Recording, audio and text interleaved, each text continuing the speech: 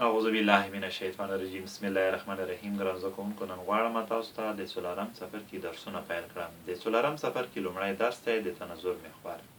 هر کله چې د یو خط په امتداد یو شکل دغسې کار کړو چې قطع شوي برخې په خپل منځ کې انطباق منونکي وي، نو دغه د تناظر مفهوم بلل کیږي. قطع شوي منطبق کېدونکي برخې نسبت خط ته متناظر شکلونه بلل کیږي، په دې معنا چې هغه خط چې یو شکل یې په دوو انطباق منونکو برخو باندې وویشلو، نسبت هغې خط ته انطباق منونکي برخې یا شکلونه متناظر شکلونه بلل کیږي. او هغه خط چې شکل ورباندې کاست شوی دی په دوو متناظرو شکلونو باندې، هغې خط ته بیا د تناظر محور وایي. راځم دغه موضوع تاسو ته په مستطیل کې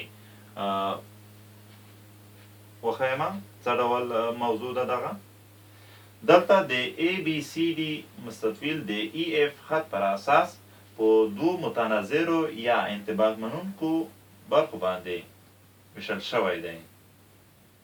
نو د AEFD شکل همداشان د EBCF شکل نظر EF خط ته متناظر شکلونه بلل کیږي په عموما کې دواړه.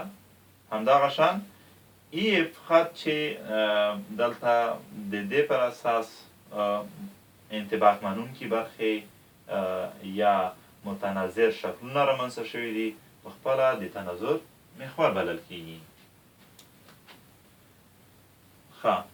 که دغه موضوع په یو مثلث کې وغواړو واضحه کړو،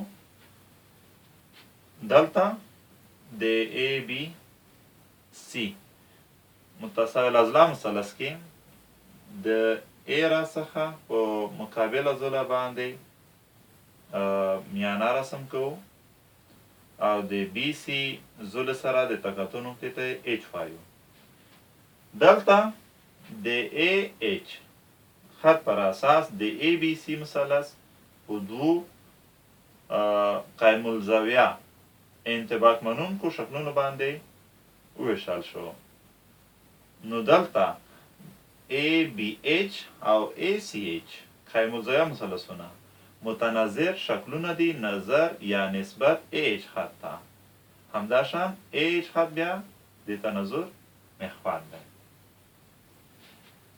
ګرانو زده کوونکو، هیله ده چې د تناظر په مفهوم متناظر شکلونو همداشان د تناظر محور سره بلد شوي وای. بیا چې د یو بل درس سره حاضرېږم، بیا له پامان.